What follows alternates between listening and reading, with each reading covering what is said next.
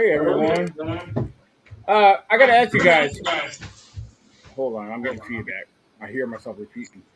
All right, there we Sound go. fine on our end. All right, yeah. No, I was hearing it back in my headphones. It should be. Sounds good now.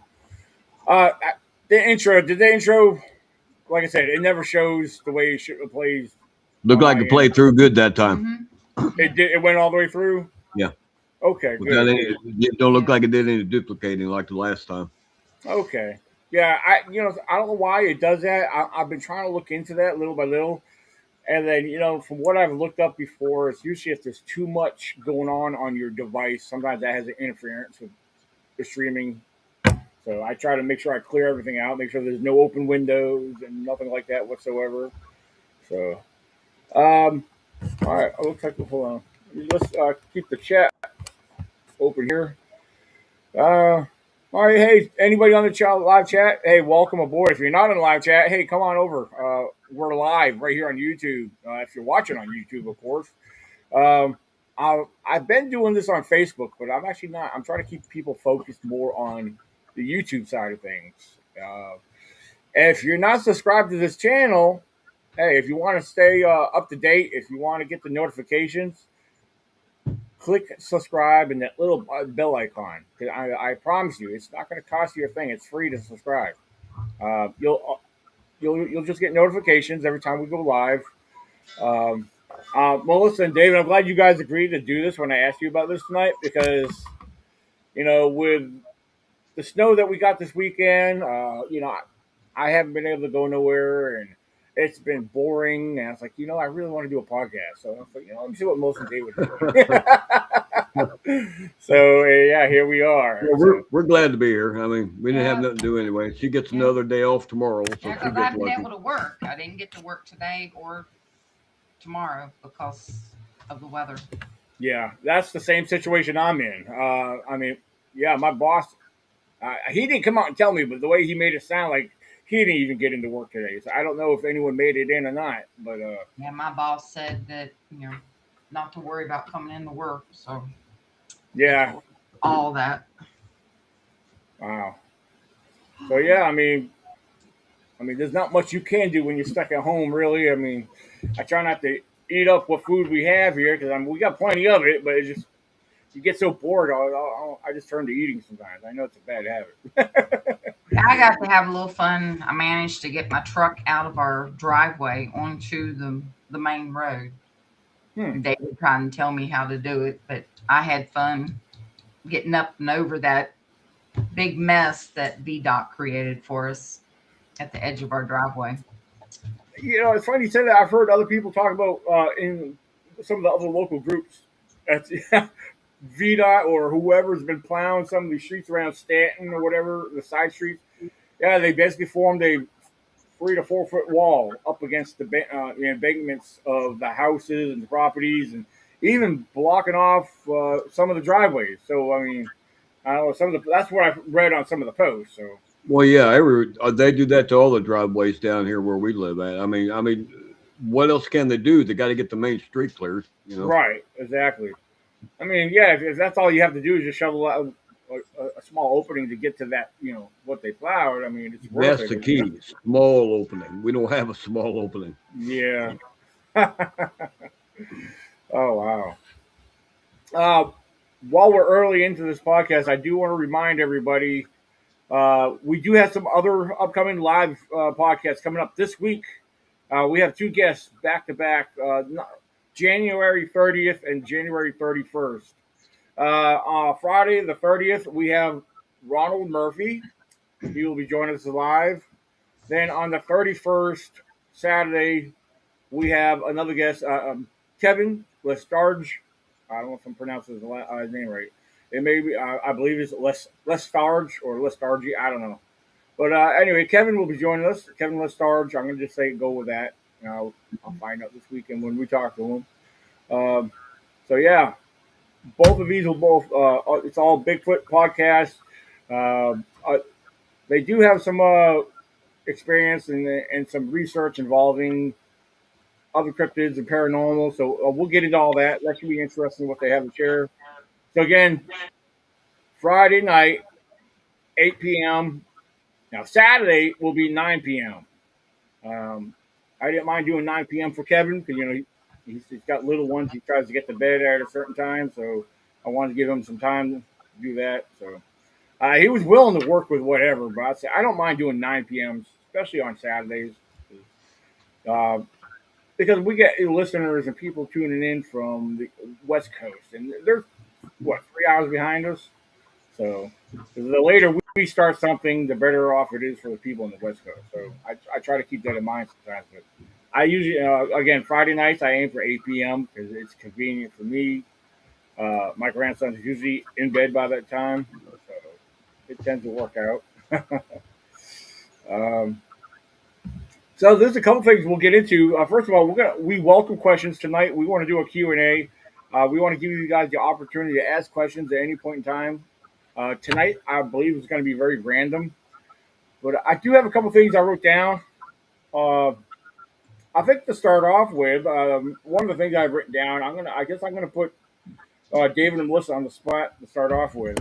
Let's see.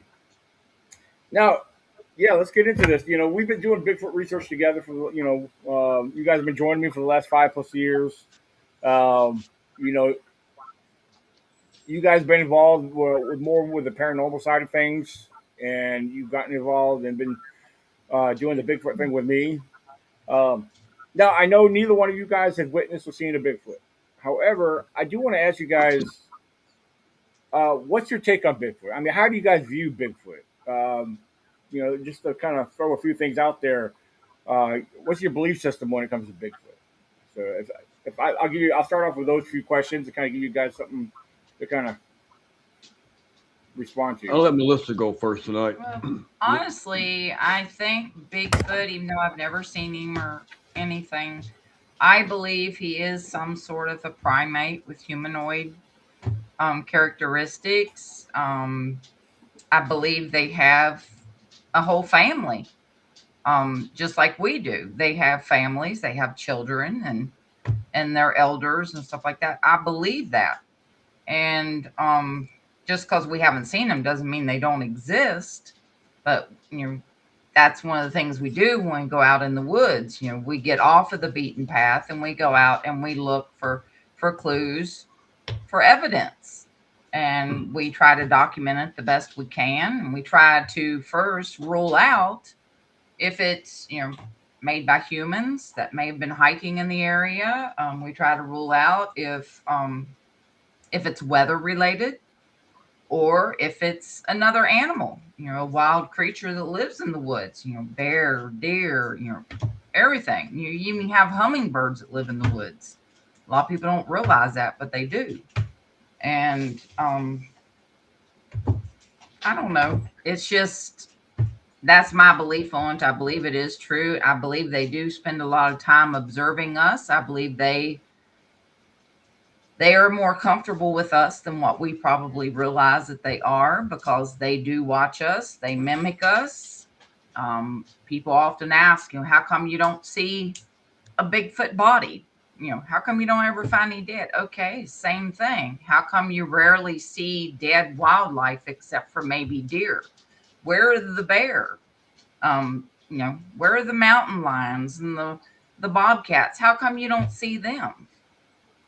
A lot of them are, their bodies are buried by nature themselves, by the leaves, by storms, stuff like that. Others are picked off by predators. They're trying to eat. Nature at its finest, taking care of itself. Absolutely. Well, my take on it's almost like hers, but taking into account the history, going back decades, centuries of the reports, you can't dismiss everything. Uh, I mean, to me, there's still a lot of questions. I think they're out there, uh, but I can't say if you got to have a breeding population. You got to. But yet you can't put a number on how many there would actually be. Obviously, I always question: Are they? Do they travel as a family unit? Stay as a family unit? We can't answer that. Are they more like a lot of your larger lions, to where you might get a breeding pair until the female has the young one, and then the male goes off on his own while a female raises the young one? We don't have those answers. We can only Mhm. speculate. And I'm not going to go on a limb and say this is this and this is this and this is it. We don't know. Do they migrate? We don't. My mind, we don't know. Um, you got to look at the areas as far as geographical location, food supply. Maybe they don't need the nourishment that we do. Maybe they could get by longer without it. Like your bears and everything Mhm. else during the wintertime. There's so many unanswered questions out there that a lot of people's trying to come up with, but nobody can pinpoint exactly what is going on, other than you do have your sightings. You do have those for misidentification. Obviously, you do. You got the pranksters out there. Yes, Oh, you got the Yes. yeah. pranksters. But then you got other evidence like the cast that you have, the cast that other people have. Those can be pranked, but I Mhm. can't. I can't believe 100% of them are faked. It just don't make any sense to me. I can't believe that over the centuries, probably several million people has reported accounts of seeing them, maybe even some interactions, to where you're just going to dismiss them as all being loony. I can't believe that. It's just like the paranormal side. Um, we've been interested in all of this, from the cryptid side to paranormals all over life. It's just until recently we've had the time to actually start and delving at it. Bigfoot on your side, and then we had no intent for the paranormal to be drawn into it until our last couple of campouts. So we're not going to go over all. We've gone over that enough already. So now that just raises more questions. If they're out there, are they just flesh and blood? Are they controlled by other entities? Yeah, these are good thoughts, good questions. You just Um, Mhm. you just can't. Nobody can say. right. Uh, but you can't dismiss everything that's going on, especially when you've got centuries of reports, and not only here in the U.S. with the indigenous people and the Native Americans, but in other parts of the world, and from the Himalayas to the uh, forests here in the U.S. and I think some in Europe. Uh, Now, one thing I don't know is I don't know if there's been any reports around any tropical zones or not.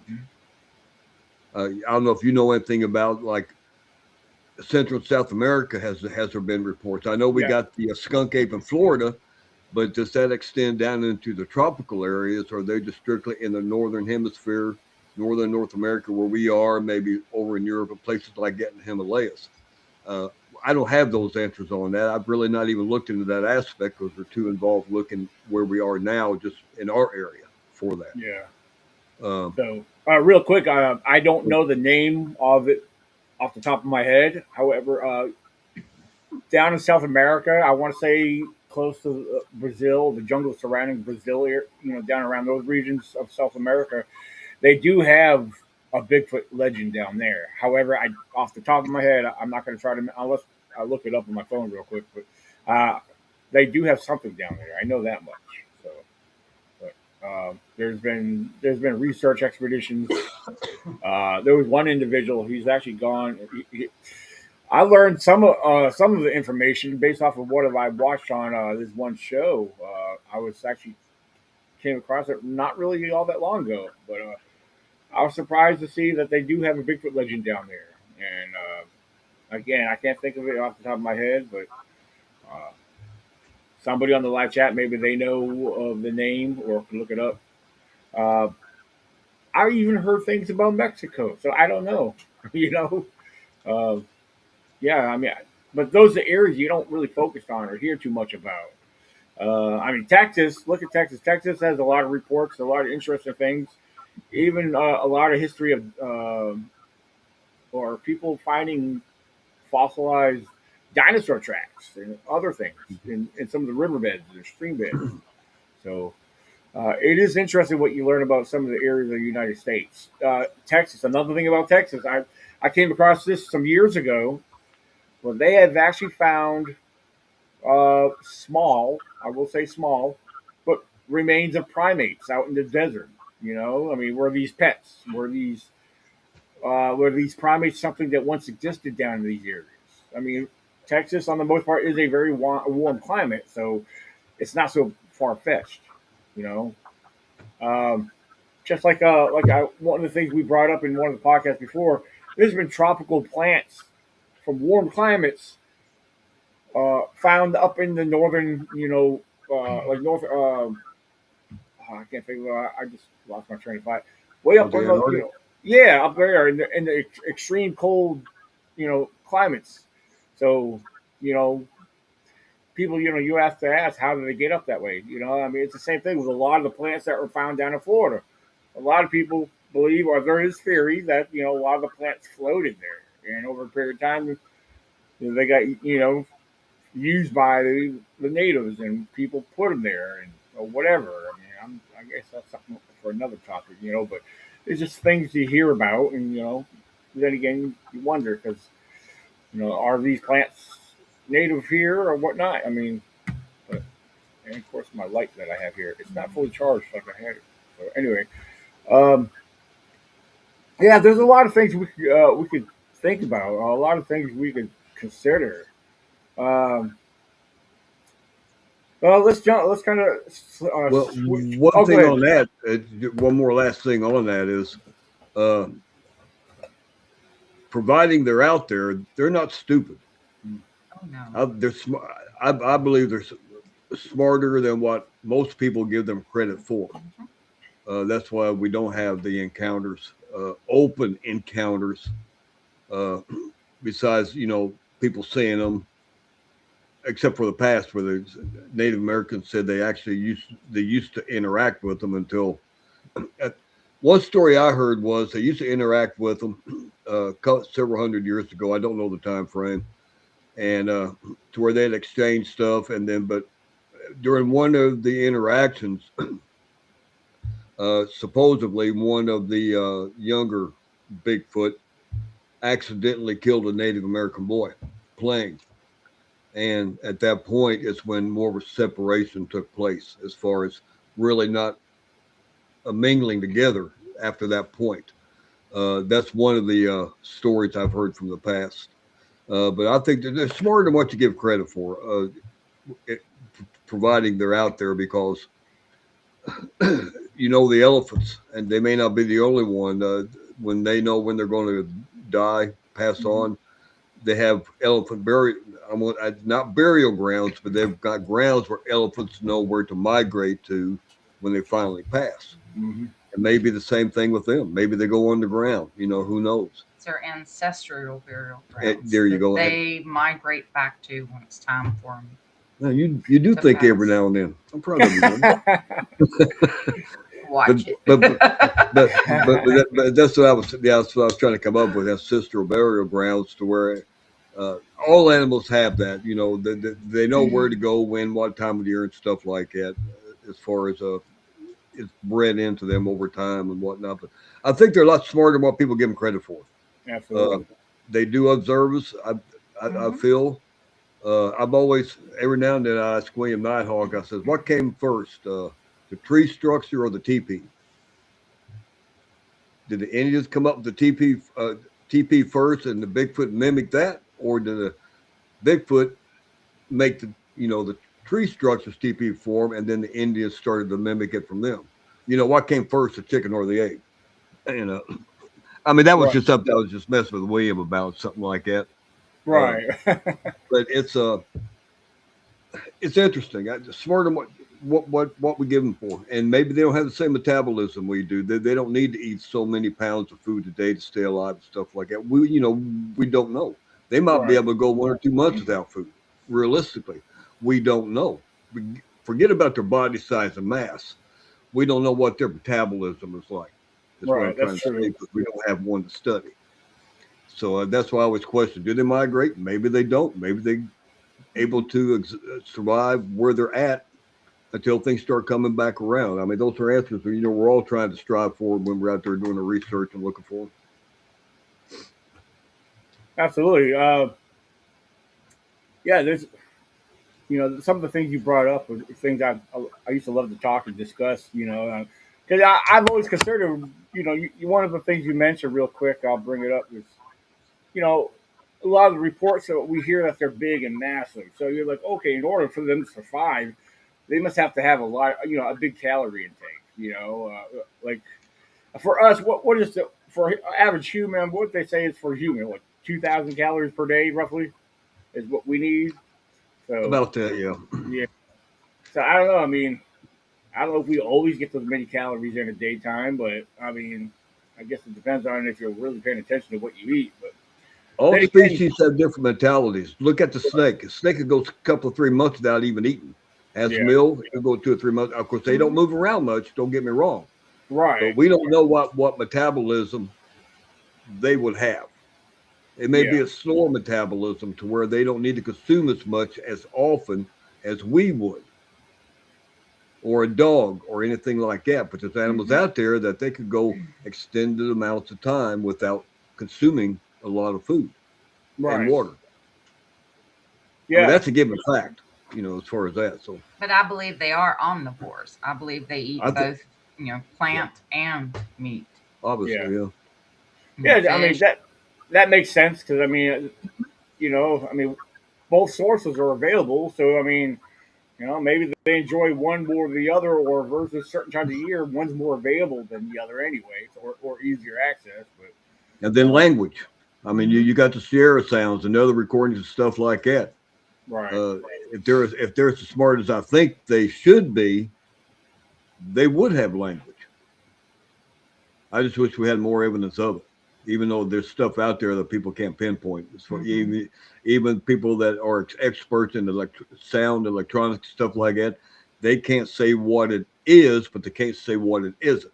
right. Everything they compare to either hair samples or those sound recordings from, there's nothing known in their database to be able to compare it to.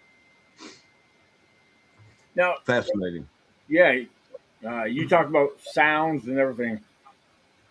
Uh, Based off of our time out in the woods camping, and exploring and everything.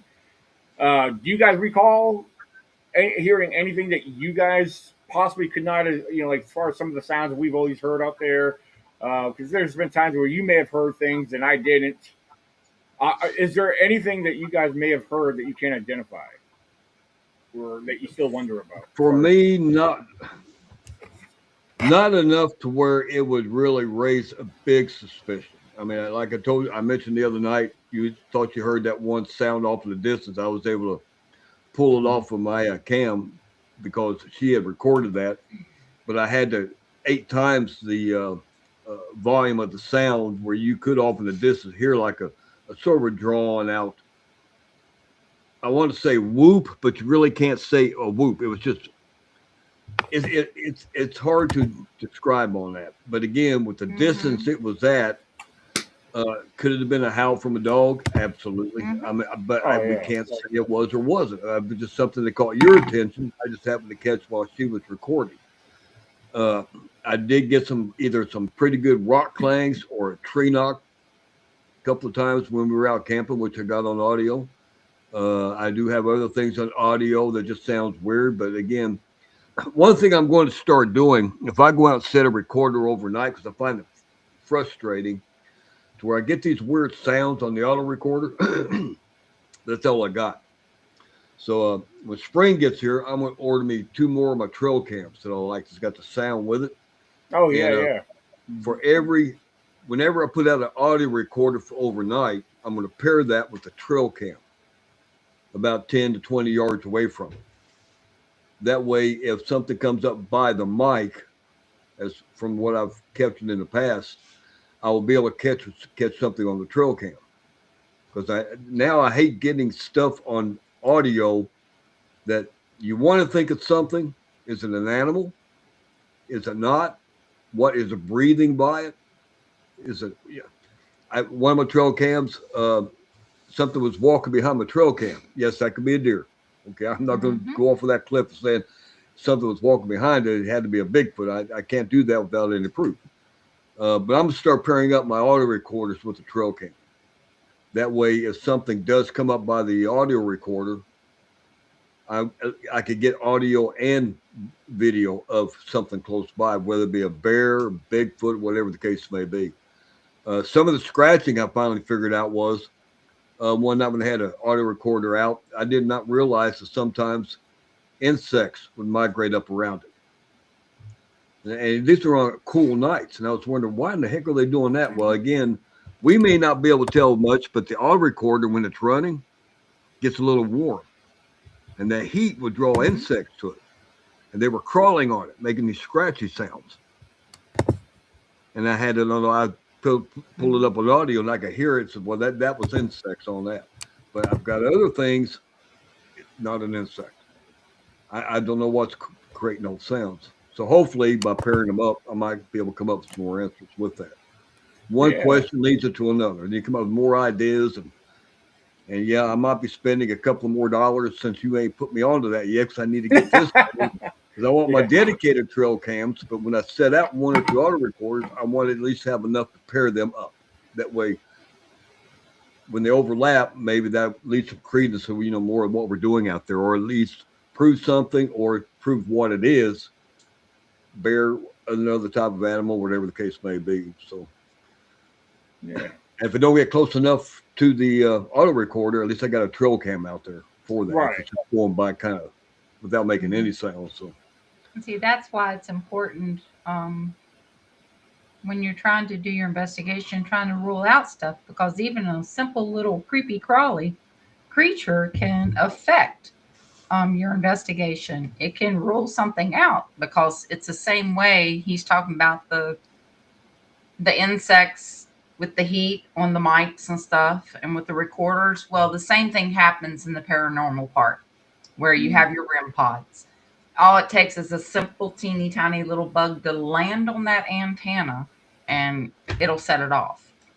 But you got to make sure you rule all of that out before you and you come to a conclusion that you don't know what it is because you've ruled out everything that you can possibly think of. Right. Because I proved that one night in the graveyard, and if I hadn't seen it, I mean, it was almost smaller than a flea. Everybody knows about how big a flea is. Flying insect. If I didn't walk up to it to see it, land on it, come fly around, land on it again. Every time it did that, land on it, it would cause the REM pod to go off. If I was standing 20, 30, 40 yards back and watching it go off, I would think something's trying to communicate with me. Right. You see where I'm going with that? Yeah. So now, if we go set up a REM pod, I like to have some kind of camera set on that to rule that aspect out. Because remember, we got lizards out there in the woods. We got insects out there in the woods. Anything, if you're not right there by it to be able to rule that out, you can't say what it is. Now, if you got a camera on it to record it when it goes off, if there's nothing around it, now you may have something to look into. Yep. But a lot of people, and radio frequencies too. I noticed that with that REM pod, when I was back at camp and you were out hiking, every time I keyed that mic, it didn't make the tone go off, but it set the lights off. Every time I keyed my radio, the lights would go off. And that's why on these children to watch on TV, if they got all this electronic equipment around, and somebody keys something that's going to match one of the frequencies on that REM pod, it's going to start going off. But the viewers aren't going to see that. The investigators may not see it and be misled. You follow what I'm saying? Right. It didn't make the tones go off. It just made the lights go off. Now, if the tones go off with the lights, now that's going to be something different, because I rule the lights can be controlled by the radio frequencies, but the tone doesn't. Okay. So now you got two different aspects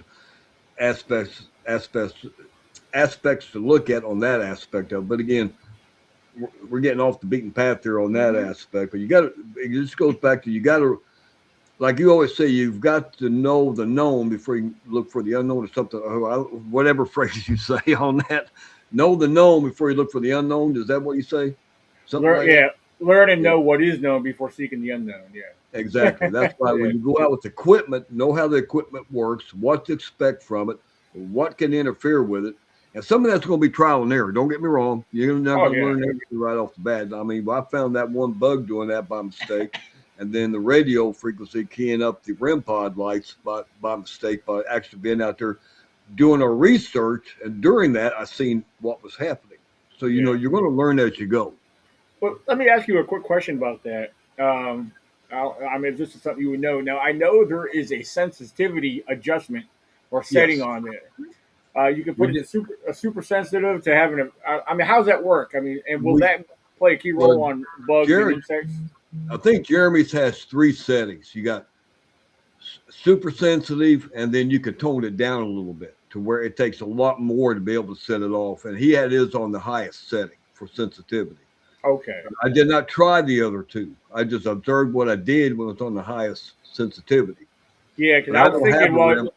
I don't have a yeah, REM pod. That belongs to our son. If we ever get one, or next time I get his, I'm going to try that to see how sensitive that is as far as the radio frequency or something setting it off with the tone and the lights. right. But I'm going to have to get my hands on it again to be able to play with the settings on that. See, one thing always leads to another. It never fails. Oh yeah, But you want to know. I mean, you can't take everything for granted. Now, if you start asking questions, no radios are going on, you get. My viewpoint is if the lights go off, I'm not paying attention to it based on the radio frequency. Because how do I know something may not be a mile away, like a CB radio transmitting at a higher power, setting it off?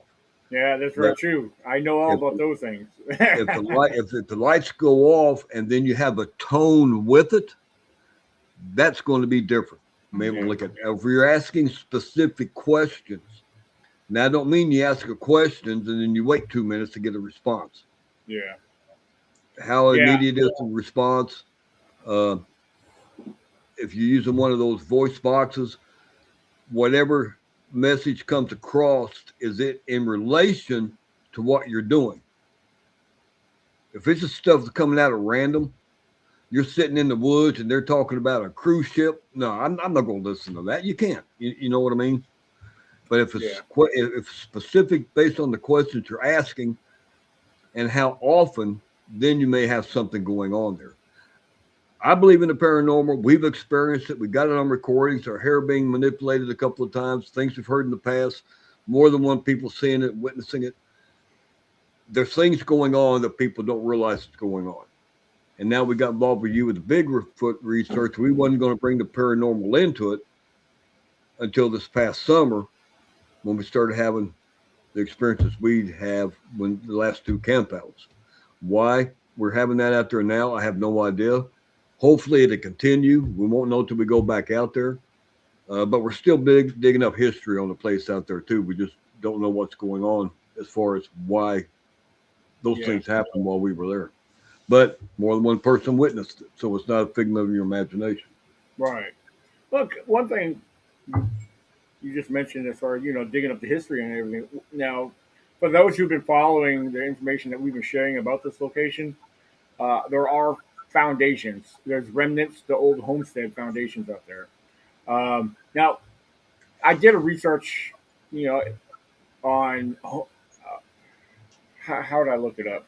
Now, this is not pinpointing this location, but it's just speaking about when I guess I did a research on why are there foundations of the old homesteads left in the woods of Virginia. And some of the information I read up could have been there was a number of things. One of the things where they may have been old homes to where you know something to do with the Civil War. You know, just simple farmers. Even moonshiners. Uh, Mhm. and some of the what was it, something to do with slavery or slave people. You know, they were slave homes or something. And why are they not there? I mean, it could have been from because so many years ago, a lot of these homes or shacks they were built. They may have started with a stone or a certain type of brick foundation to where the rest of the home they weren't used with proper wood or that was made for a home back then, where they either rotted out, decayed over time. Some of them got, in some cases, some of them may have got burnt down. I mean, there was so many different things. I can't remember them all, but there was a lot of information on some of the why there's only foundations or homesteads left in Virginia. Well, It's unmapped. that's just the foundations you're talking about. Yeah, you got to keep in Yeah, mind too is uh, how many people lived back there that didn't use rocks to build homes with for yeah, foundations? They just use wood. right. You got your Native American history. How many Native Americans lived around the area? How many burial grounds are out there that we don't know about? How many people were died and buried out there we don't know about? How Exactly. many people died out there and wasn't able to be buried because nobody knew they were there? Right. I mean, all of that. I mean, that's I was out metal detecting several years ago at a friend's house, and out in the middle of his field, I found a large cent from the 1700s. It's pretty much obliterated. You really couldn't tell what it was. I couldn't even get all the dates off of it. But based on the bust of it and everything, I tell it was a large cent. How did that get in that ground? It's at least from the 1700s. Right. Did somebody die there? Did it fall out somebody's pocket when they were maybe plowing the ground? We don't know. There's so many possibilities out there that we're just going to keep researching and see what's happening out there. I mean, there may be things out there we don't know about that nobody wants you to know about. Mhm. Oh I'm yeah. not saying government wise. I'm not going to get no conspiracy theories or nothing like that. Uh, but if you look at other areas where they could have been out there doing research at some time, maybe. I mean, I look at the LBL in Kentucky, land between the lakes. The Right. government came in, ran the people out that didn't want to sell the property to them, and those old remnants and foundations from the government was used to be back in the LBL back way back in the day. I think it was after early in the 20s or 30s or something like that. People can look up the history of the LBL. Um, It'd be just like with Shenandoah National Park.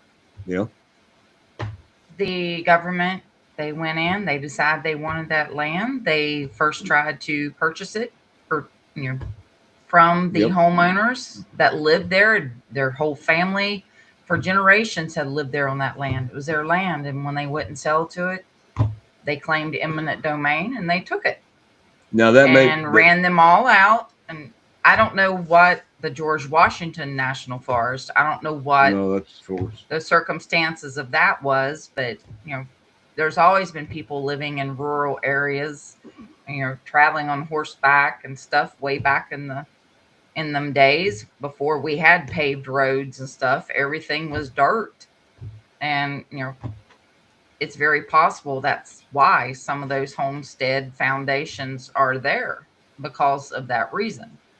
But we don't know Well, 'cause- Shenandoah National Park along the ridge line up there, people uh-huh. drive all the time. They wanted that for to make it a national park. Now, Yes. if they had other reasons for it, we don't know. Mhm. But they wanted to make that a national park, which was a good thing.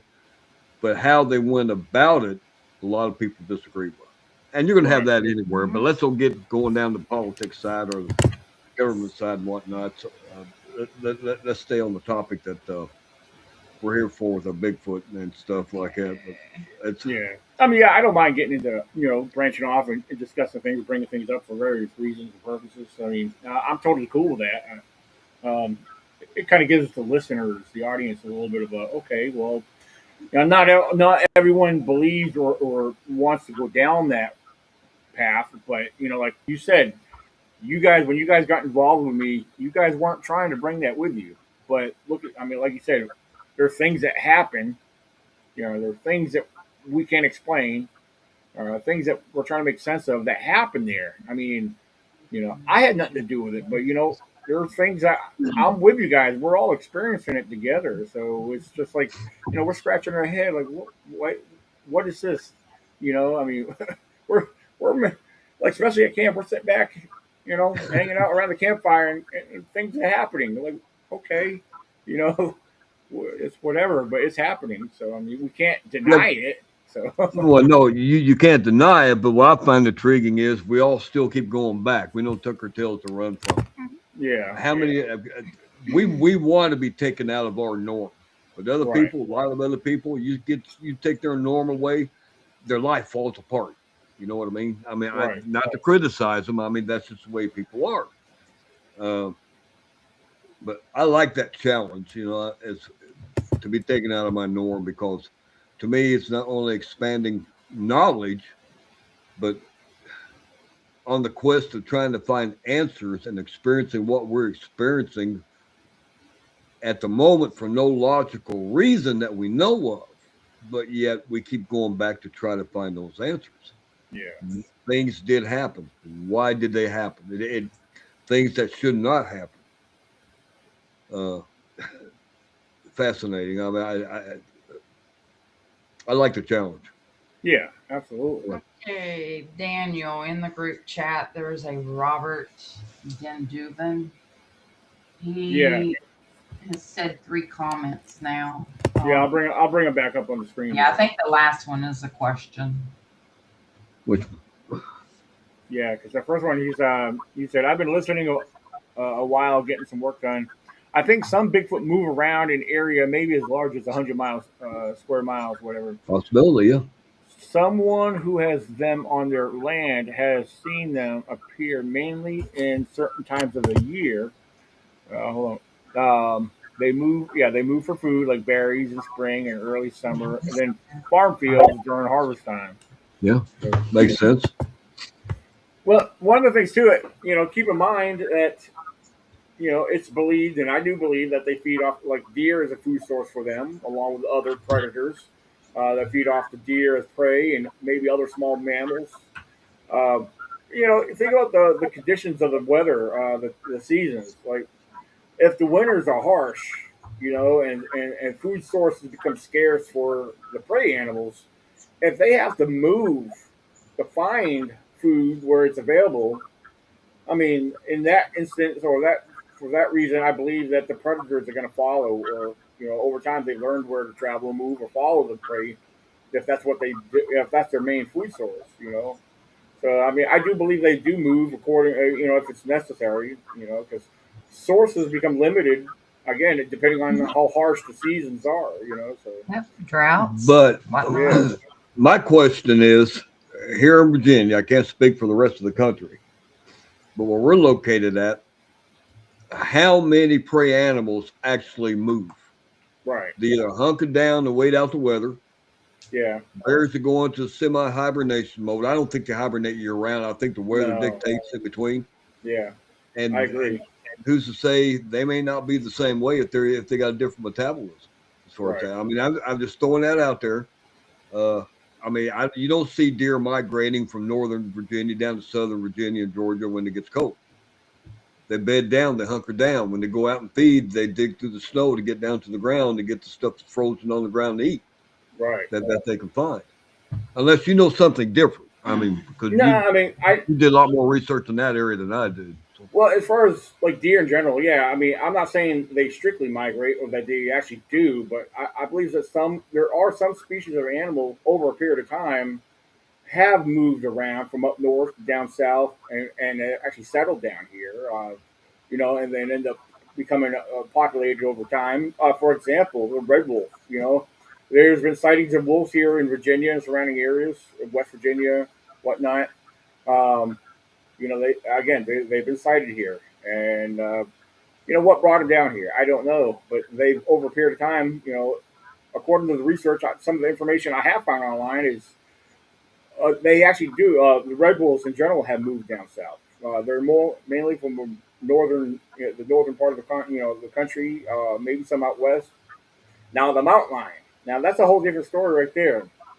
Even though the authorities say we don't have them here, but there's been so many eyewitnesses left and right, throughout our counties here, and other parts of the state. I knew a friend of mine. She lives down in Bedford. She said she almost hit one with her car. You know, but the thing is, as far as how they got here, there could be a number of reasons how they got here. The one thing about a mountain lion I've heard, and I don't know if this goes for other species, but a mountain lion, for example, if they have a toothache, you know, what the one way they deal with it, and they run. They build up adrenaline and run, and it by running and they will run for miles and miles and miles, from what I read and researched. And coming, I don't know where they come from originally, but eventually then they could end up in other territories that they're not normally known for being at. Um, you know, that's something I think about sometimes. Like, okay, maybe they got here that way, or perhaps some years ago. Actually heard from some locals that heard from a source that was retired from a higher source that was, where there's been male and female that were released untagged, and then over time started populating. And that's another thing. That's a possibility there. I don't know if there's any truth behind that, but there's I, so many I different things we can look at. So I can't see one male and one female doing that because you got to have the DNA base to get a valuable population for breeding. yeah, In my opinion, I mean, I'm not a scientist as far as all that, but uh, I just think it's natural expansion myself when it comes to yeah, that. And I think some of them may have always been here. They thought maybe they have wiped them all out years back because they used to be here, yeah. from my understanding. And According to to where the articles, population's just now starting to come back to where it's not as sparse. Because we got a lot of woodland here. yeah, And I seen a program the other day where scientists were saying about of all the woodland and the forest in the U.S. each year, only about 10 to 12% of it is actually visited by humans, hmm, whether it be for hunting, hiking, recreation. 10 to 12% of it on a regular basis is being visited by humans. So if that's such a small percentage of people going into what we have, natural expansion could also explain some of that that's going on. And that's my opinion, though, as far as that. sounds like we need to up that percentage. You would think, but a lot of these persons out here, I mean, don't forget about 411. People come up missing. Yeah, but hey, you know what they say: safety or in numbers. So let's all go together. There's been groups of people come up missing. I don't know how big a group is, like 3 or 4 people that's never been found again, too. And Right. I mean, there's other stories behind that stuff, theories, why that may be. But my biggest thing is still have a lot of the what's the old people that not old people, but the people. I don't mean hillbillies, but there's another name for other people that live Pioneers, off settlers. the grid. No, they live off the grid. Not the hillbillies. They stay to themselves. There's a name for it. Uh, Recluse. No, there's something. It's right on the tip of my tongue, but I can't bring it up. And people always say when you go out in the woods, especially by yourself and one other person, be wary of these people that are out there. uh, Um, it's not hot. You're not talking about hobbits, are you? no, no, no. Real. They're supposedly they're real people. They don't mingle with normal civilization. They Hmm. live off the grid. Let me see if I can find something. Rarely seen. Uh, Maybe somebody in the chat might know the terminology I'm looking for, but they say you got to watch out for. There's been reports of people running into people like that out there, and it didn't fare too well in many cases. It's right on the tip of my tongue. I know. I just did a quick research.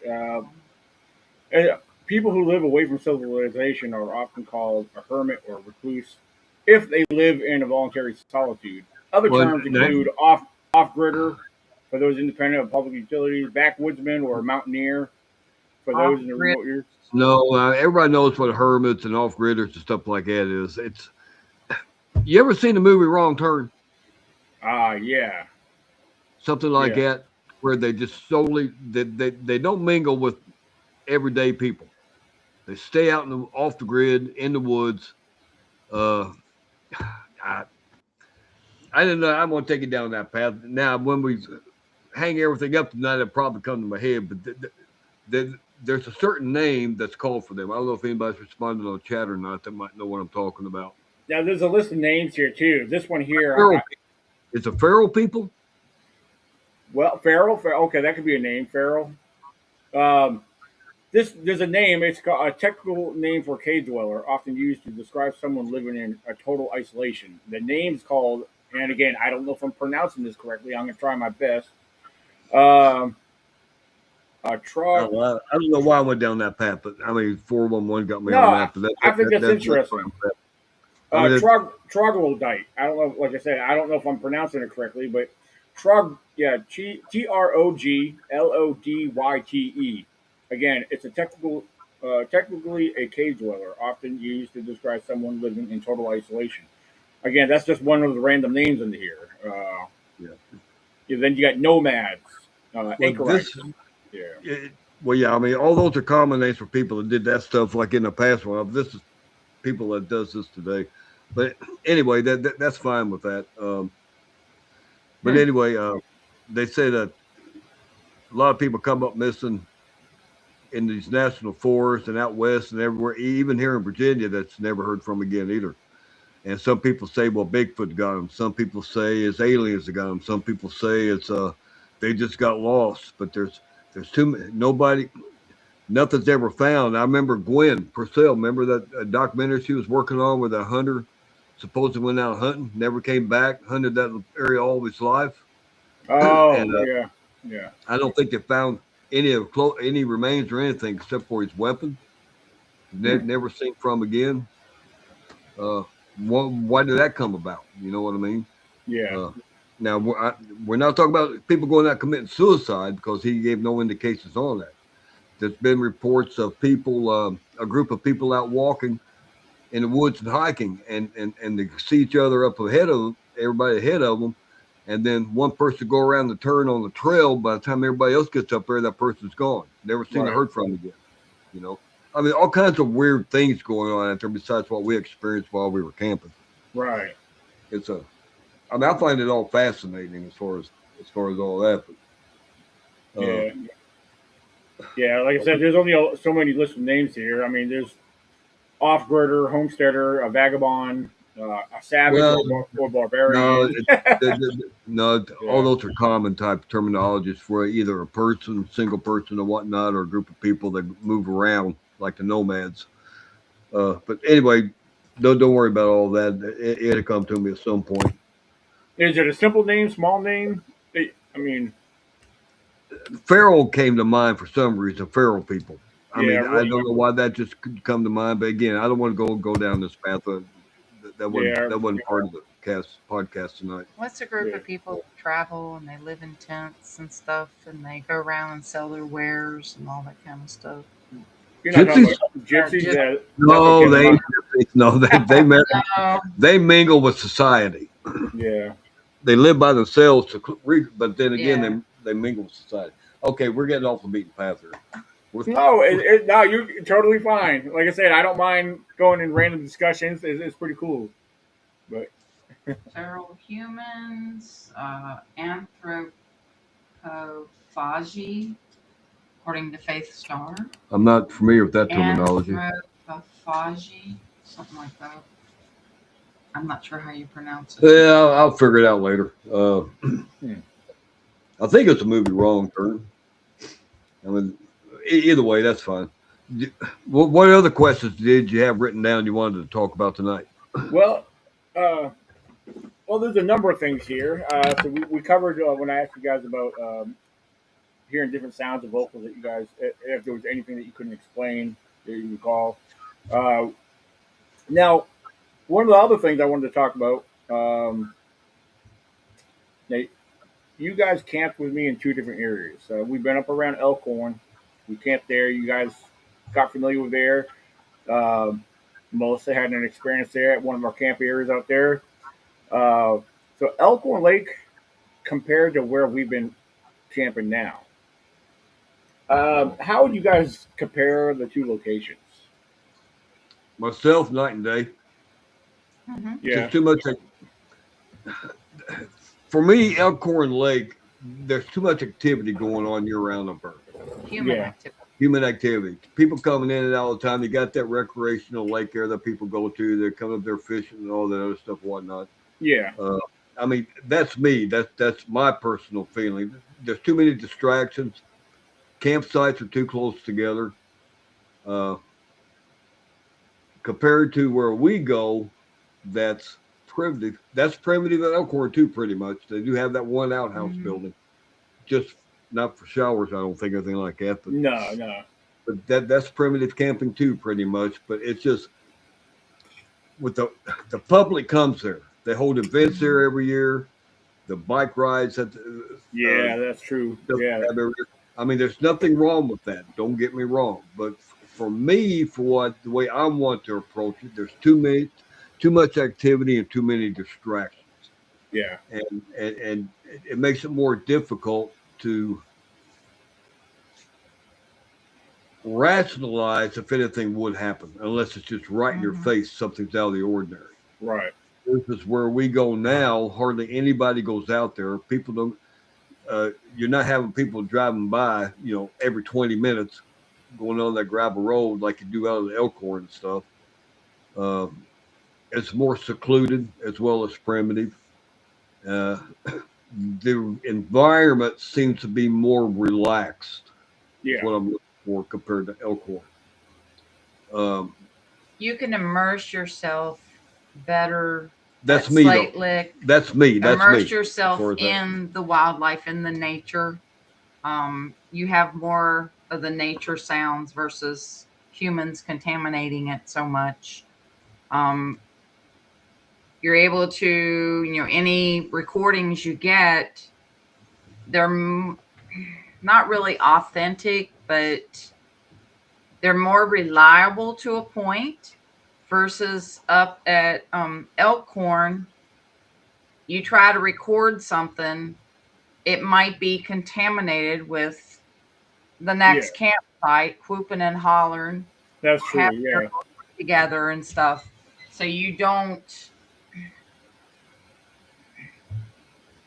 I think there is a lot of activity at both places, I believe, in regards to Bigfoot and wildlife, but you have less tampering right.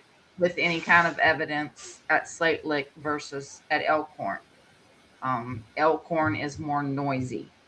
Yeah, Um, that's it, understandable because of the where it is, the location and stuff. It does have more, campers and tourists and stuff like that. Whereas with Slate Lick, a lot of people don't know about it. A lot of people don't know where it's at, and therefore you have less contamination issues.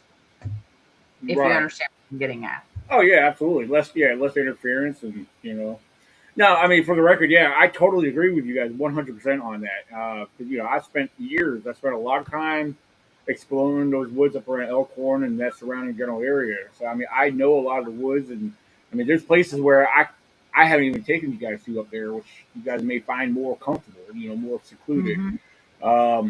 However, um, of course, that up around Elkhorn, where I've had a lot of not all my experience, but some of my major experiences where I've had my encounters, and I had other things happen up there, you know.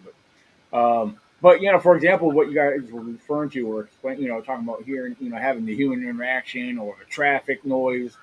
I mean, I've been camping there with other people, and it'll be dead quiet, and all of a sudden you'll have a vehicle that some of them coming from the lake very slowly. And if it's quiet, sometimes of course, it's all gravel through there, and sometimes the sound of a tire when it drives over or rolls over a rock, the sound of the rock and the tire, sounds like a knock sometimes. The way it hits and bangs that rock. Mm-hmm. Well, I've had so many people, and I've gotten used to that sound. I know that sound very well. I've had people get excited because hey, there's a tree knock, or, blah blah. No, it's just the pop of a tire hitting a rock, and stuff like that. So little things like that. I've come to learn to realize what things are. So yeah, like you guys mentioned, yeah, they do the bike-a-thon or whatever you want to call that. They do that like at least twice a year that I know of for Oh sure. yeah, I remember that. Wow. Yeah. Um, you know. So I mean, I've heard things out there that caught me off guard. You hear this weird vocalization, and you keep hearing it, and all of a sudden it gets closer and closer. And it's like, what the heck is that? Certain times of the year, when the hunters will have their dogs on the back of their truck, and the sound that when those hound dogs are doing what they do, judging from how far away it is, it throws you off the way the sound carries until you hear it get closer and closer, and all of a sudden you hear them. Like, oh my Mhm. gosh, it's just a dog. So yeah, you get that out there a lot too. So yeah, I totally get it when there's a lot of when you guys are talking about a lot of interaction and a lot of interference, from human traffic to whatever else goes on out there. But like I said, I mean, I will always have a lot of respect for the Elkhorn Lake area because of things I've experienced and heard out there. Especially being by myself during the hunting seasons. And hearing the Mhm. things I've heard out there. But yeah, so it's always been fascinating out there.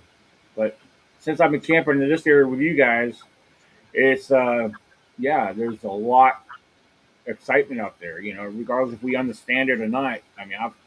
I'm enjoying it. I want to spend as much time out there, as Mhm. possible. So, Well, uh, watching your previous videos on the YouTube channel where you spent, I think it was out there at Slate Lick. I'm yeah. surprised you didn't spend more time out there before we met you because didn't you have one on there where somebody reported that their trailer was being rocked? One camper was being rocked one night. You got a video on there to where uh, you actually put powder down on the ground where it looked like you were following something, or something had walked through the area. Well, that trackway was found, yeah, about 9, 10 years ago. I was Yes, camping with a couple other that people. Yeah, and we uh, actually, yeah, I got and those pictures and video of that. So yeah, and then see all that was out of Slate Lick, yep. wasn't it? Oh yeah, it was As well actually as other stuff. Yeah. that was found in the same area same location where we all camp at, where we set up camp. That's where that was found. So yeah, right in that same area. Of course, back then the area looked a little bit different. It was a lot more Right. grass. I don't know why it looked different then, but like right there behind our camp area where it drops down to where the stream is. I mean, they used to be at one time. There used to be a line of bushes you know that was right through there. I guess over time people started cutting and whacking them away. But yeah, there was a line of bushes there where there was gaps in between them. But like I said, a lot of that got cut down. So it's it changed a little bit, but and not far. A lot of people don't take this into consideration, but I have found deer remains out there around Slate Lick, not far from our camp area, where the bones, the arms of the deer were snapped in half and twisted. You know, and the ones that were snapped in half, they were snapped going the opposite way. Like we elbows. Imagine our arm being broke the other way. It'd be I have going found, down instead of yeah, forward. exactly. I have found deer remains like that, the broken bones like that, and again, I found limbs and parts of the deer twisted out there.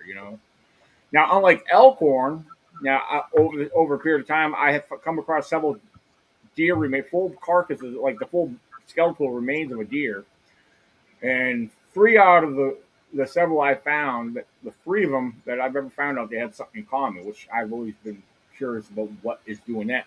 But the snout of the front of the skull has been ripped off. What's doing that? I've had some people say that's the work of a mountain lion, but then again, mountain lions I hear go for the neck or the back of the neck, the throat. Mhm. Yeah, the So quick kill. Yeah. yeah. So I don't know. I mean, there's been some strange stuff I found in both areas, but yeah, Elkhorn Lake, like I said, that was an old video. I do have that on. It's one of my older videos that was used with a very cheap camera phone. It was probably when I was probably the first, what they call the first smartphone. It was a cheap smartphone, but it was when smartphones were fairly new, and their camera qualities weren't the best. But now we got camera phones that record in 4K, which is awesome. So yeah, um, so yeah. Yeah, comparing the environments, the habitats, like I said, as far as between both locations, uh, I mean, as of right now, with what we're doing now, I mean, there's a lot that we experienced in this area that we're in now. If we do experience more, I'm hoping to capture more and document it more on film. A lot of what we have out there. People get to hear more of what we experience rather than see it for themselves. So that's Mhm. something I want to try to improve on my part because I'm not always prepared for something, and I know you're supposed to be, but I mean, that would require me recording every minute of the time out there.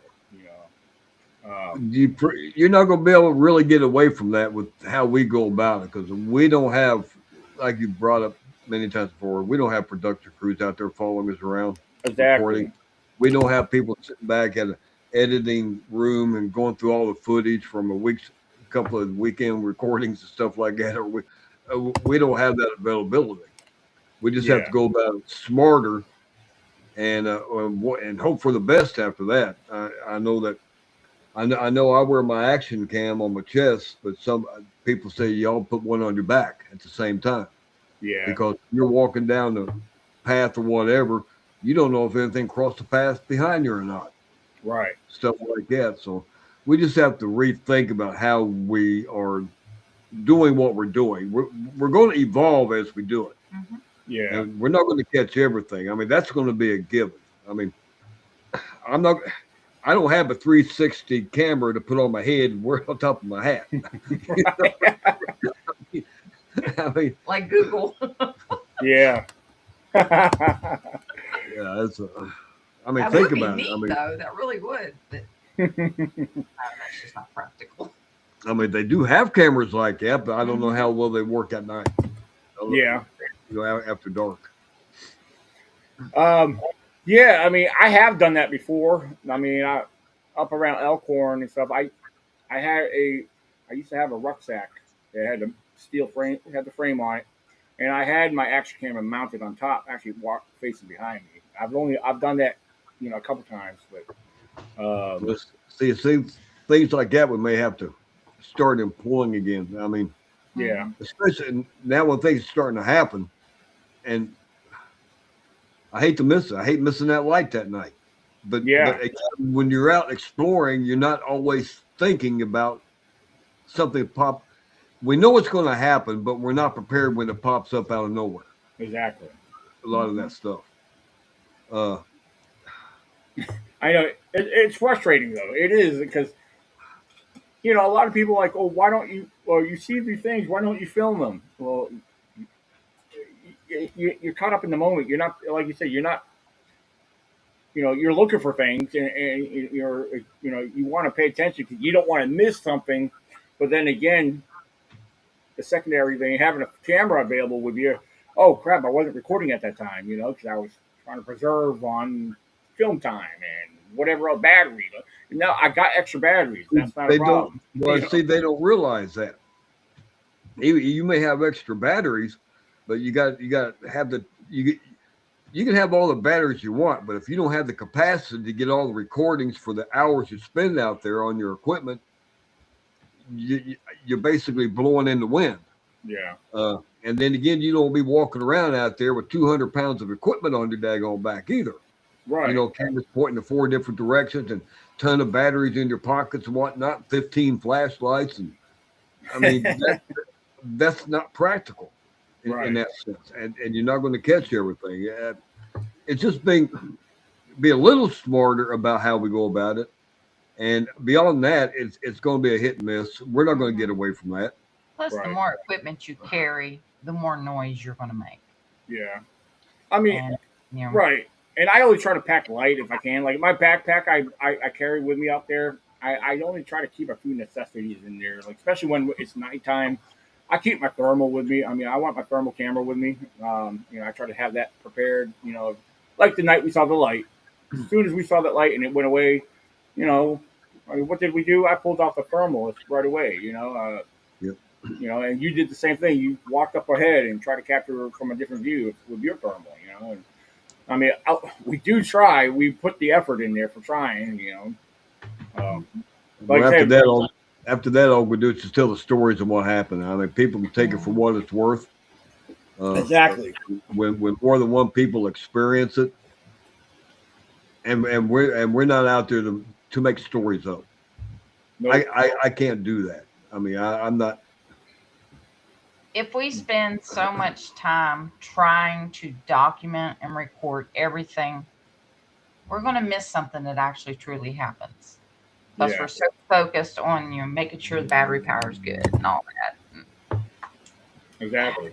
some things happen because off camera because they're meant to happen off camera. Well, And what's this? I've seen some crazy things myself. We need to learn to just take a moment to think and breathe before we make a move. That could be the most important moment of your life. I showed Dan my dog man pics. yeah, that is true. Hmm. Stop It's and true. breathe, and hopefully, well, some things just happen like that light. I mean, Yeah, because William has and said at before. nighttime, I mean, I don't know if any of the equipment we have would be able to record, even though it was bright for what it was, about 40 yards away. But I don't think we would have our equipment would not have been sensitive enough to be able to. I don't think be able to pick that light up at that distance to give any credence to what we saw. Because you got to really have a low light camera that you can just turn on and be able to record it.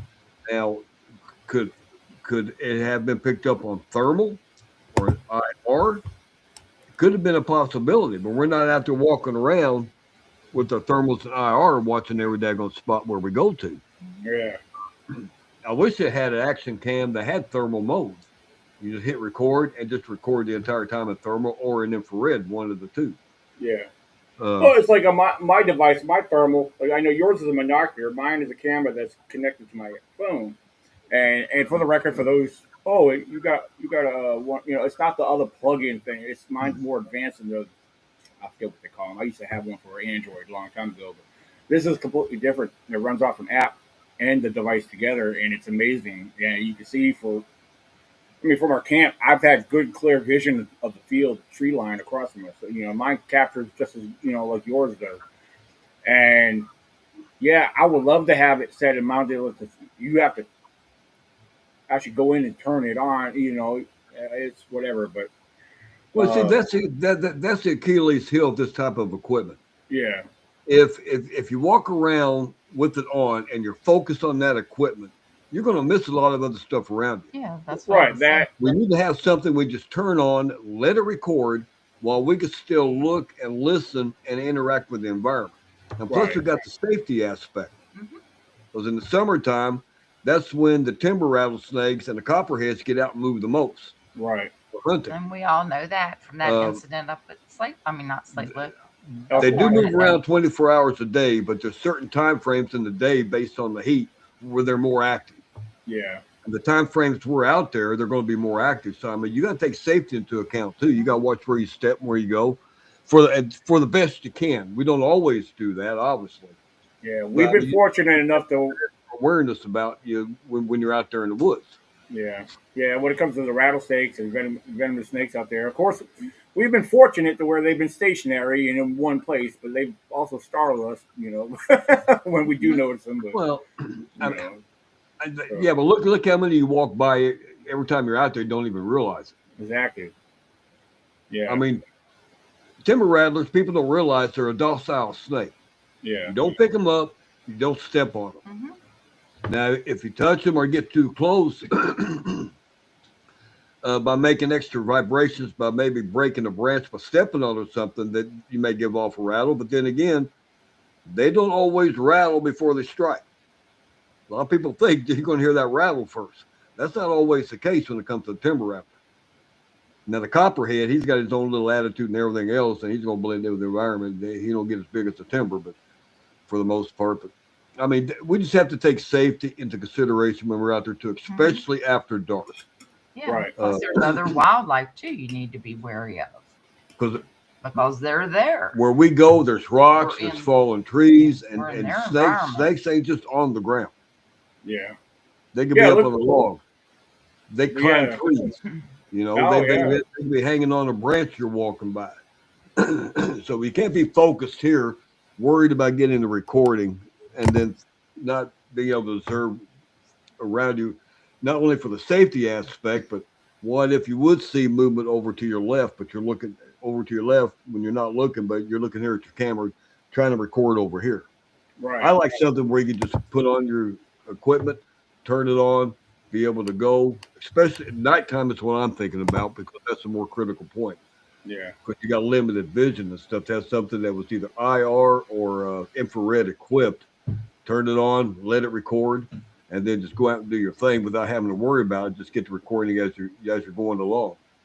Uh, but I don't think the equipment we have will be sensitive enough to be able to pick that light up. I mean, you have to have a real low light camera. Even if I took my Canon 5D Mark IV out there, my f4 lens wouldn't be sensitive enough for it. I have to get a point 0.2 lens, f-stop lens, which has a real wide aperture to be able to do that. Right. And that's like a $4,000 lens. I can't afford that.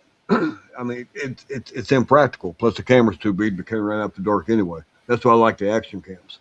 Yeah. Uh, Now, one thing that you made me think about, David, as far as talking about having something mounted where we can just leave it on recording.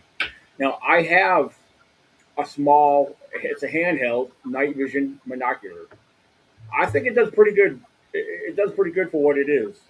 It's not a very expensive device, but from what I played around with it, it does pretty good work. Um, I can't guarantee that the footage is going to be clear, especially if we're moving around at night, trying to look and investigate the woods at night. But it may help capture something. Now it does, like a lot of these handheld devices, like mine, it does have the threads on the bottom where you can put something in it and work it and mount it somewhere. mhm. So that's an option where I may be able to put it up on my shoulder strap um of my backpack, which because I now have the strap set up and the mount for my action camera on my on the lower part of my backpack strap. So that's something I might look into to see if I can mount something up higher. If you got the equipment, use it. And Yeah, it's no good to get the equipment, regardless of how expensive or not it is. Just leave it back in the back. To me, right. that don't make any sense for that. Yeah, unless I was Uh, able to mount it or strap it to my at hat least it's somehow. something. You know, Yeah, at least you may get surprised what you might be able to catch with it, or at exactly. least enough catch at least something to give credence to what you're trying to relay, or what you're trying to tell the story about. Right. But you're not going to know unless you use it. I mean, if we got it, we may as well use it. I mean Yeah. that. I mean, I like I just said, yeah, what I just wish we had more to be at our disposal, but we have to buy everything we use. yeah, You know that we're not funded. We don't have networks. I mean, I wouldn't want to network people out there following me around anyway. I'm not yeah. about that. I don't want 5 other people walking around with clunky equipment and doing all they're doing. Now, if somebody wants to come out and do a documentary or something like that for a night, that's one thing. But to go out there and follow you around for 2 or 3, 4 days, I think you're beating a dead horse with that. I Yeah, could be wrong. I mean, that's my yeah. opinion. I mean, And plus, yeah. they'll be a distraction too. I mean, I've had people tell me like back when I've done my other group camp outs, oh, you have too many people out in the woods. Well, 2014, 6 of us shared an encounter together. So I mean, it was totally unexpected, and it happened. You know, shoot, one of the guys that was with us. Now we didn't know this at the time, but he had his camcorder out. Now his camcorder was not IR compatible. It wasn't an infrared or nothing like that. But because we had enough light shining down in there, he was recording the whole situation, and he was had his camera focused out in the woods with what we were seeing there in person. Now I learned about this later on. He had 2 different versions. He put one up for what it was, and then he did another one where he tried to enhance it and did this and that. Now, now some people that watched that claim they've seen the eye shine.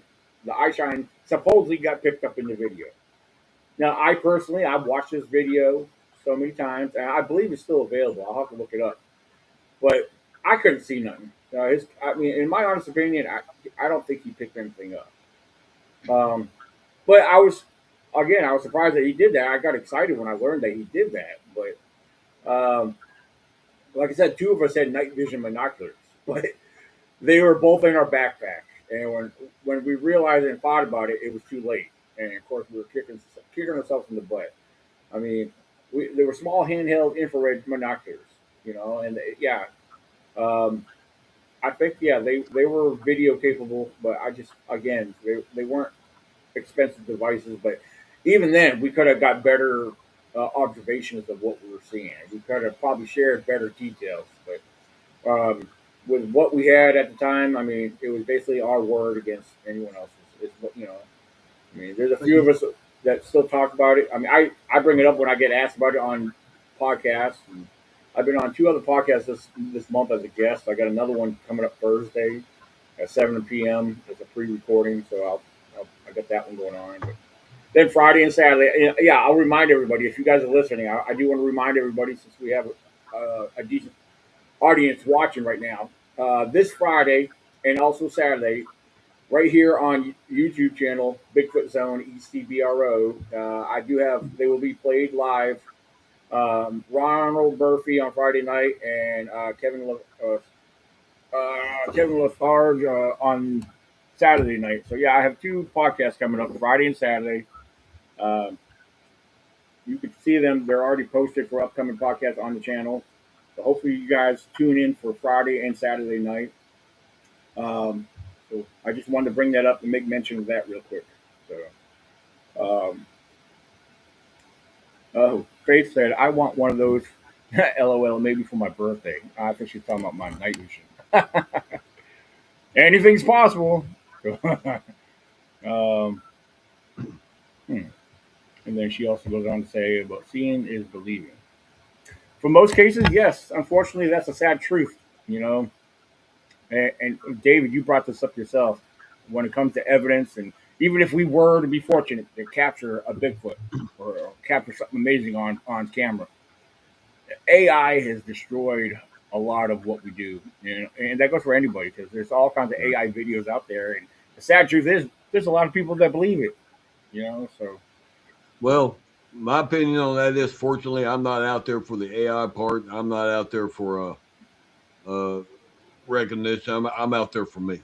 right, Melissa's out there for her. We want our answers, and if what we do, sharing what we do with other people, enlightens them to see our point of view, or maybe change their mind, or maybe get them to get out there too.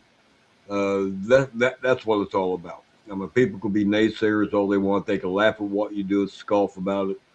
But the main thing of it is, we're out there, we're having fun, we're getting out of the house, we've got the camaraderie, we've got the camping, we've got the wildlife to enjoy, and then we do our research at the same time. And people could take it for what it is when we tell our stories, if not, but or they could just dismiss it and laugh and go on, sit on the couch and watch the nightly news for all I care. yeah, Uh, we're enjoying what we're doing. There's nothing going to change that. absolutely, Nothing. I'm gonna keep on doing it. And if we do get something by chance that's pretty telling, significant, it's up to them if they want to believe it or not. yeah, All we could do is relay it to them. I mean, it's going to affect my life one way or the other. absolutely, I'm not going to go beat on a tree or nothing like that because they made me mad or hurt my ego. yeah. That ain't going to happen. I'm bigger than that. You know, another thing, kind of off topic. One of the things I wrote down too is, yeah, I know you guys heard me talk about this, but and I even when I've been out there by myself, but for years it's been fascinating to me to think of caves and all the areas we've been through. Think of Now, what?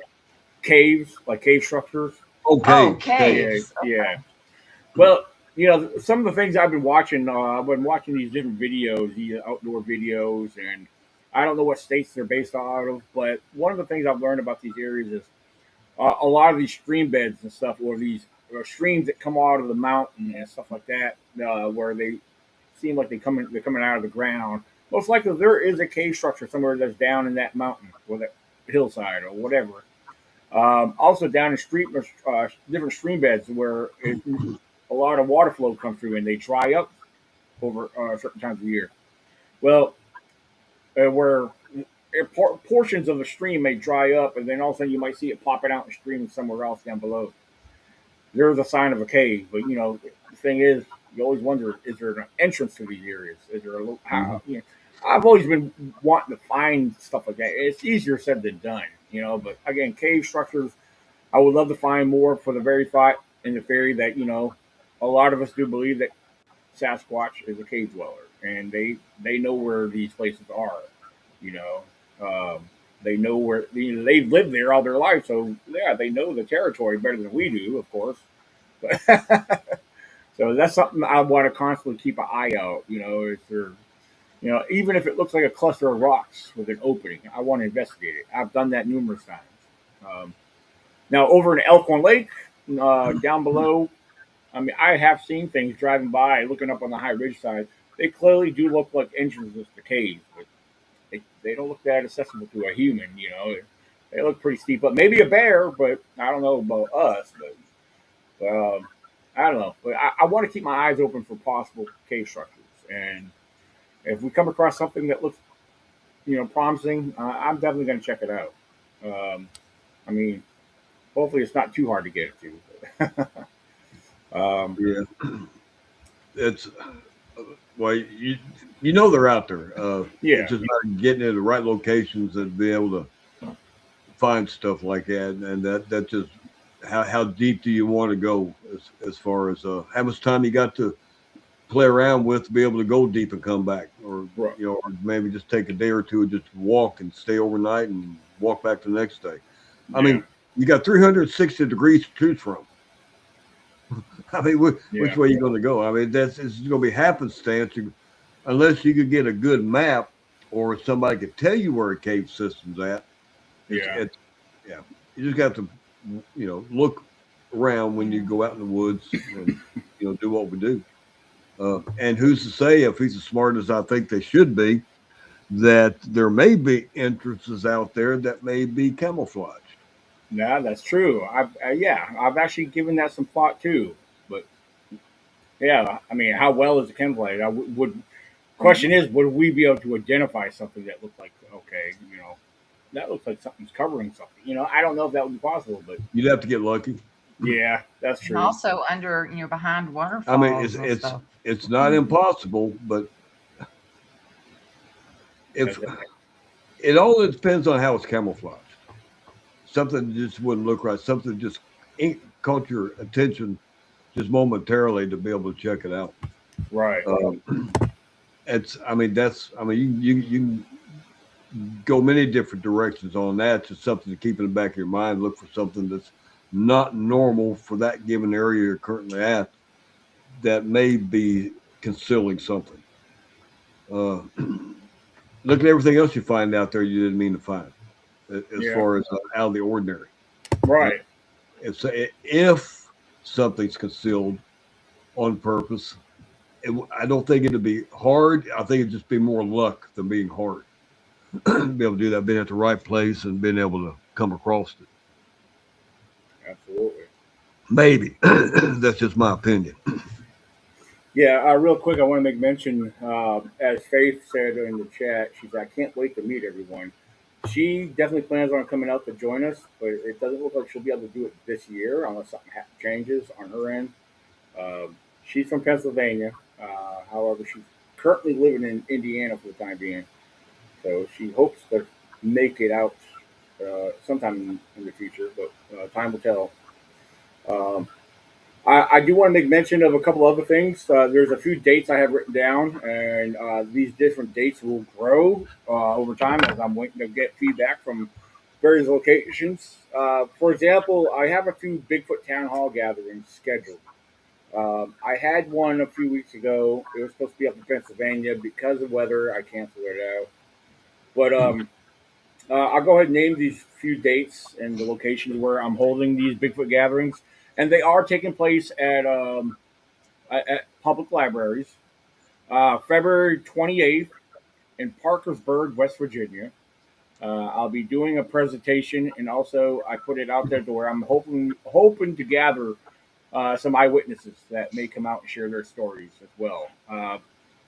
I do have a during my stay out there. I'll be out there a couple days before that, leading up to that date. That date is on a Saturday, but I do have an interview. I'll be filming individual. Uh, Linda, uh, will be out there. Man, I have a brain fart remembering his last name. She's actually was a guest on here before. Um, and then March, the weekend of March 19th through the 21st. I will be in Pennsylvania doing an investigation and a camp out for that weekend. Uh, so yeah, that's March 19th to the 21st. Jump ahead to May. Of course, we have our group camp out here in Virginia, May 17th through the 26th. Um, and then August 15th down in Oconee, South Carolina, at the Oconee Public Library. I have that set up and scheduled with them to do a public gathering, town hall. Again, I'll do a presentation there as well.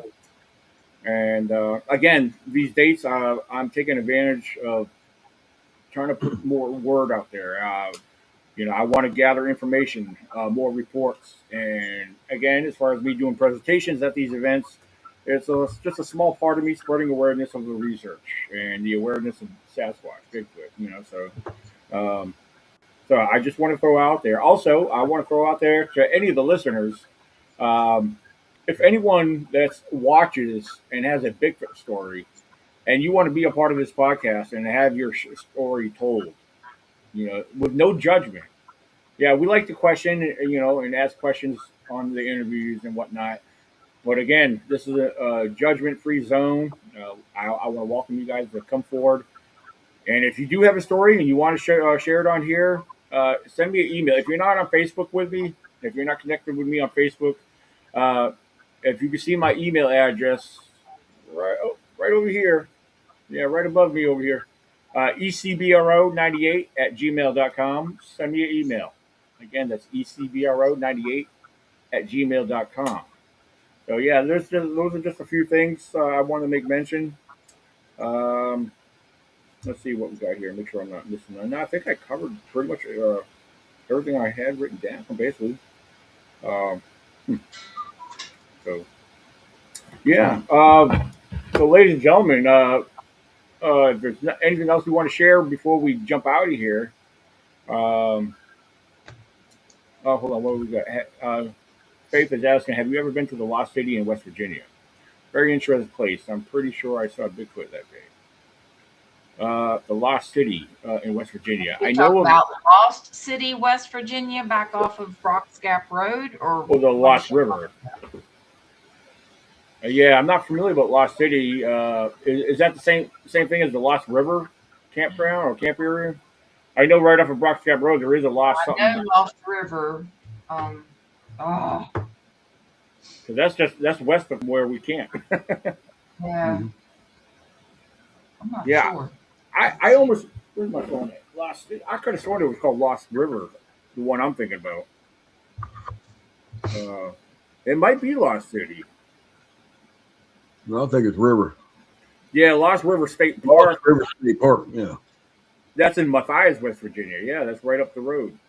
there might be even the Lost City back there too. I think I seen a little sign on the Lost City. Yeah, Lost City and Lost River are all in two different parts. They're in Hardy County, West Virginia. Is that where she's talking about? Yeah, is that where? The Lost City is where the what's that dam back there? Yeah. Right off of 259. So Yeah, that's where Lost City is. It's where that Yep. dam's at. Did she in respond West back? Is that what Virginia. you're talking about? Yep. Says what she said. Yeah, Lost City. When I looked it up on the map, it's showing right off of 259, right up the road from where we camp. Yeah. Because some of my great grandmother's ancestors, some of her family members were buried there in the cemetery that's now underwater because of the dam that was built there. What is the name of that dam? And it's right in that area. Yeah. I'm trying to look on the map to see if it shows Lost it. City, West Virginia Dam. Nope, not Parker Hollow. It's new. Parker Hollow Road. Ay, ay, ay.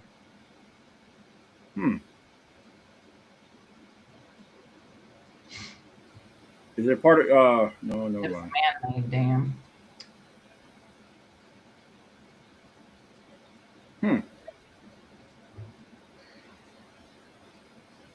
That's not it. Well, that doesn't matter as far as that. Okay, well that's pretty cool. Those two are. Well, I guess you know what, guys. I'm sure. I mean, if technically we could probably keep going, which I wouldn't mind, but I know it's late for a lot of people. It's 10:38 p.m. here on the East Coast. So, uh, Yeah. but yeah, I want to thank you guys for coming on, listening, chit chatting with us tonight. Again, Friday and Saturday night there'll be live podcasts right here with our guests. So come tune in, interact like you guys been doing out here on the live chat. It's been great. We appreciate the interaction on the live chat. If you guys have questions for the guests, we try to bring them up and share them on the screen. And depending on how in depth our guests are or in their talk, that we may not always get to questions right on time, but we will try our best. So, but thank you guys again. And till next time, guys, we'll keep it squatch. Yeah, everyone keep it squatchy. And yeah. Yep. Take care, everyone. Yeah.